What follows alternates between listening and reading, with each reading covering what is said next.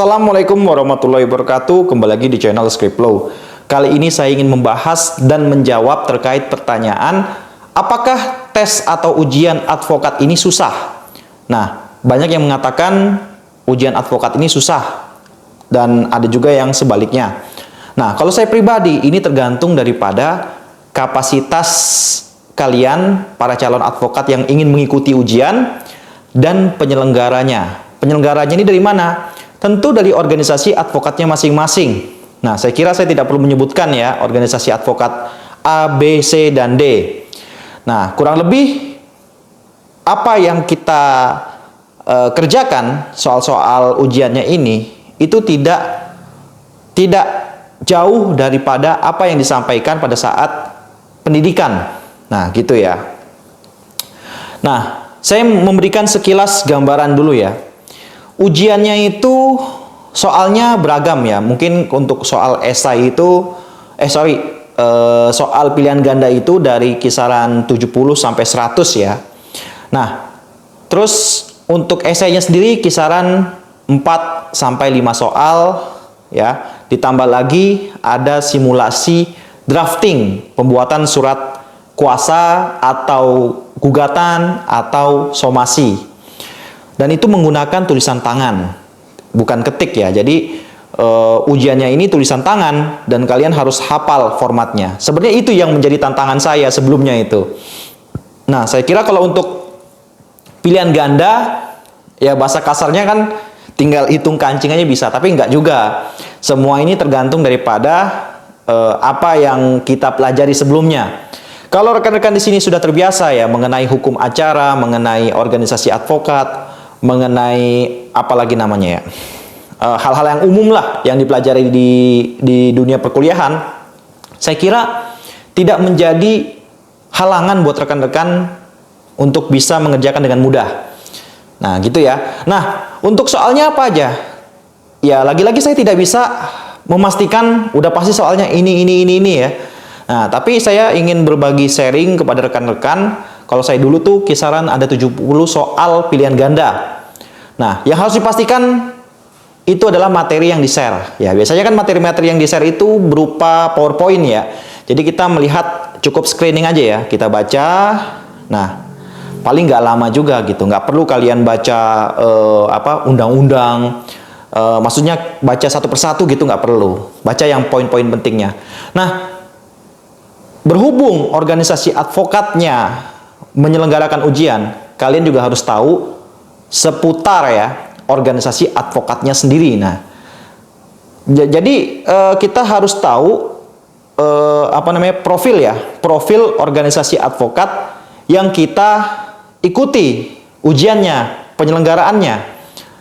Karena biasanya mereka ini juga mau mengetes wawasan kita terhadap organisasi ini sampai sejauh mana. Nah, jadi jangan dianggap remeh ya.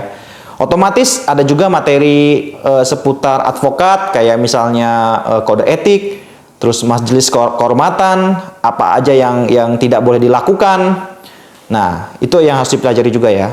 Seputar organisasi advokat, seputar kode etik ya, kode etik. Terus hukum acara. Hukum acara ini tentu nggak jauh-jauh dari masalah pidana, perdata umum, dan juga ruang lingkup pengadilan agama. Nah, itu harus dipelajari. Ruang lingkup pengadilan agama ini seperti perkawinan. Nah, ini basic-basic kayak gini nih biasanya keluar. Masalah perdata ya, bedanya permohonan dan gugatan. Nah, itu ya. Terus apalagi ya?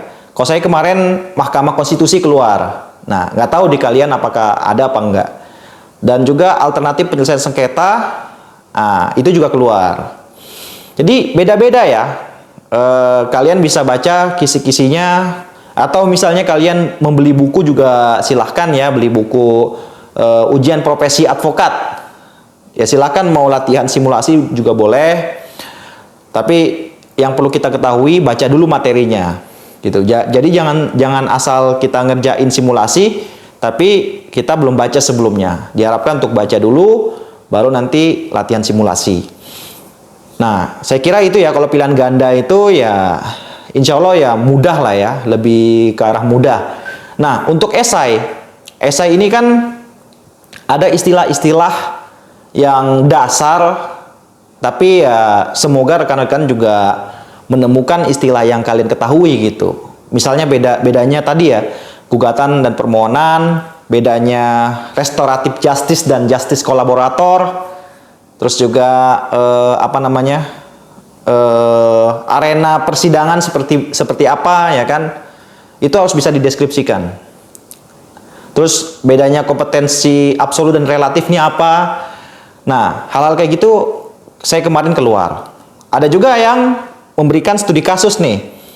Studi kasusnya bisa jadi perceraian, bisa jadi masalah hutang piutang ya.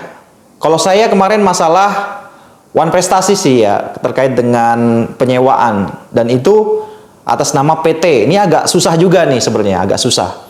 Yang harus dibikin adalah surat gugatan dan juga surat kuasa. Nanti disediakan lembaran esai ya dari penyelenggaranya, kita harus tulis tangan. Kita harus tahu tuh formatnya. Itu tidak instan, ya, tidak instan. Syukur-syukur kalau ujiannya secara online. Kalau secara offline biasanya lebih ketat lagi gitu dan di-push masalah waktu. Nah, ya saya waktu itu latihannya pakai kertas HVS, terus ya paling nggak formatnya dulu lah benar. Walaupun isinya nanti kayak posita dan petitumnya ini masih ngaco ya. Minimal formatnya dulu benar. Nah, kalau formatnya benar kayak tanggal, kayak perihal apa ya. Kalau kuasa, ya udah kuasa, berarti formatnya kan harus ada identitas tuh. Tapi kalau gugatan dia harus ada posita, ada petitum. Kalau somasi, yang penting dia ada ininya ya, dasarnya bahwa terus ada tuntutannya juga mau ngapain gitu. Misalnya mau memberikan teguran ya, bahwa kalau misalnya tidak bisa diselesaikan maka akan dibawa ke ranah jalur apa gitu. Nah, seperti itu ya. Saya kira rekan-rekan memang harus banyak latihan ya kalau untuk masalah drafting seperti ini. Nah, kalau di OA saya itu alhamdulillah, jadi misalnya dia nggak lulus, dia masih diberikan kesempatan sekali lagi untuk tes. Tapi alhamdulillah di tes pertama saya lulus. Nah, saya nggak tahu ya kalau di organisasi yang lain, bisa jadi kalau dia nggak lulus ya harus ngulang lagi, harus bayar lagi.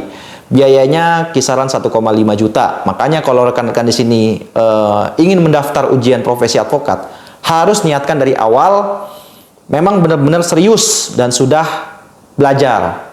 Jangan ya kalian di luar batas kemampuan memaksakan diri gitu. Itu jangan sampai seperti itu. Saya kira itu saja ya.